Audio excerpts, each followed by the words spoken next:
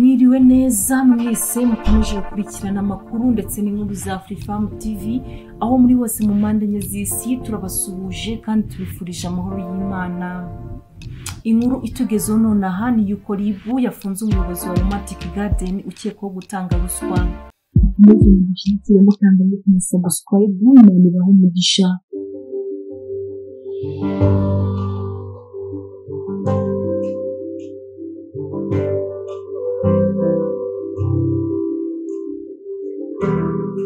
Umucuruzi uhagarariye uruganda rwa NBG Limited Nobat Business Group Limited rukora imiheha yo kunywesha akaba na nyiri Romantic Garden Uraye neza Anita yatawe muri yombi akurikiranywe icyaha cyo gutanga ruswa aho yatanze 500 by'amafaranga y'u Rwanda nyuma yo guhabwa icyangombwa yari yarasabye. Romantic Garden ni ubusitani bw'akataraboneka buherereye mu mujyi wa Kigali mu murenge wa Gisozi bukorerwamo ibirori bitandukanye birimo ubukwe n'ibindi.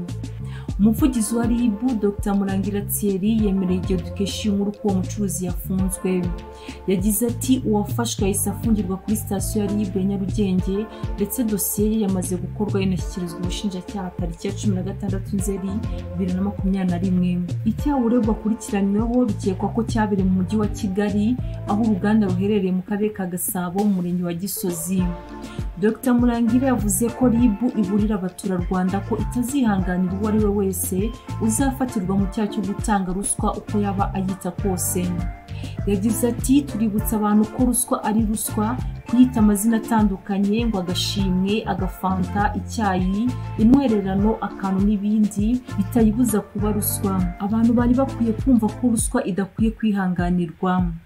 Yashimye ubufatanye n'abaturage bakomeje kugaragaza mu kwamagana ruswa ndetse n'ibindi byaha. Yakomeje agira ati abaturage bagumye badutungira agatoki ahantu hose babona ruswa iri. Icyaha cyo gusaba, kwakira cyangwa gutanga indonke Uraye neza Anita akurikiranyweho yihanishwa ingingo ya 4 y'itegeko nimero 54/2018 ryo kuwa 13 Kanama 2018 ryerekeye kurwanya ruswa. Ugihamijwe ahanishwa igifungo kirenze imyaka 5 ariko kitarenze 7 n'amafaranga y'u Rwanda yikubye inshuro kuva kuri 3 kugeza kuri 5 z'agaciro k'indonke yatse cyangwa yakiriye.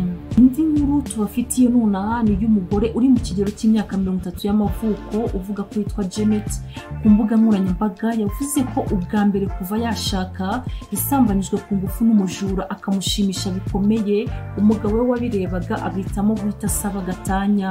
Janet avuga ko afite abana 2 ndetse ko atigeze asambana mbere yo kubana n'umugabo we yari isugi kandi ntacyo byari bimutwaye kugeza ubwo yabonye indi nkuru yo kubara bitewe n'abajura. Avuga ko uretse umugabo we nta wundi mugabo bari barigeze baryamana ngo yumve uko byaba bitandukanye n'ibyo amenyereye kugeza ubwo yafatwaga ku ngufu ingingo yamukururiye ibibazo. Avuga uko byagenze yaranditse ati inkuru yanjye iteye itya: ubwo nafatwaga ku ngufu nari imbere y'umugabo wanjye ubusanzwe nkaba nkora muri banke. Ubwo nashakanaga n'umugabo wanjye mu myaka 8 ishize sinari narigeze menya ko nagira ibyishimo mu gihe cy'akabariro no kurangiza. Nabimenye ari uko njye n'umugabo wanjye tugiye gusura ababyeyi b'umugabo wanjye mu cyaro mu bihe bya Pasika. Hagana mu masaa 7 z'igicuku amabanda 7 yagabye igitero mu rugo rwo kwa data bukwe. Byari biteye ubwoba. Ayo mabandi yabanje kwibintu bifite agaciro ari mu nzu. Barangije uwari uyoboye ayo mabandi yavuze ko ashaka kunsambanya. Yahise aziruka umugabo wanjye ku ntebe ashwanyaguza imyenda yanjye ahita anyereka ubugabo bwe ngagiye kubunkoreshaho. Icyo gihe nagize ubwoba bwinshi ndamwinginga ndarira ndatakamba ariko bibi by'ubusa. Ibyari bigiye kuba byari bigiye kwangiza urushako rwanjye. Mu gihe njye nari nakabaye numva ububabare siko byagenze. Uwo mujuru ubwo yaratangiye numvishe imeze nk'ufashwe n'amashanyarazi nigeze numva mu buzima bwanjye kuva nabaho. Ntabwo nibuka igihe natangiriye kumufata nkamukomeza, natangiye kuvuza induru mvugana Imana yanjye ibyishimo byandenze ninginze uwo mujura ngakomeze nahagarare. Abandi babibonye nkaho nari nishimiye ko ndi gufatwa ku ngufu. Nyuma nibwo bamwe bambwiye ko navuzaga induru igihe nabaga ngiye kurangiza. Niko bimeze kuko nibwo bwa mbere nari ngiye kurangiza kandi nafashwe ku ngufu. Uwo mujura yarabikoze biratinda n'inshuro 2. abari aho bavuga ko nabyishimiye, simbizi gusa icyo nemeza nuko umugabo wanjye atigeze ankorera ibintu nk'ibyo uwo mujura yakoze. Abajura bamaze kugenda nasigaye meze nk'utazi aho ndi, umugabo wanjye yarankubise cyane bakigenda, yanyise amazina menshi nasubiramo ngo ndi indaya, ngo ntiyakomeza kubana nanjye. Namaze mu bitaro ibyumweru bigera kuri 2 bitewe n'ibyo umujura yakoze ndetse n'inkoni nakubiswe. Umugabo yanaye mu bitaro asubira mu rugo, narangiza icyo gihe ndibaza nti ni gute ibi bintu byambaho, ni gute naba narishimiye igikorwa kibi nka kiriya cyabaga ku mubiri wanjye. Ibyo nibyo bibazo nakomeje kwibaza ubwanjye. Niva mu bitaro nasanze umugabo yaramaze gutegura impapuro za gatanya ngo nzisinye. Naramwinginze, ababyeyi banjye nabo babijyamo, gusa araragira ngo ntabwo ibyo yiboneye n'amaso ye byatuma n'imbabazi. Jane tavuga ko icyo umugabo atsimbarayeho mu kumuha gatanya ari uko ubwo yari arimo afatwa ku ngufu, aho kugira ngo agaragaze ko ari mu buribwe yatakaga ibyishimo byamurenze, asaba umujura ngo akomeze kugeza ageze ku ndunduro. Indi nkuru itugezeho nonaha ni yuko Ngororero umugore bamusanze mu mugozi bikekwa ko yiyahuye. Uwamahoro Odia uri mu kigero cy'imyaka 21 yasanzwe mu nzu ye atuyemo ari mu mugozi bikekwa ko yiyahuye.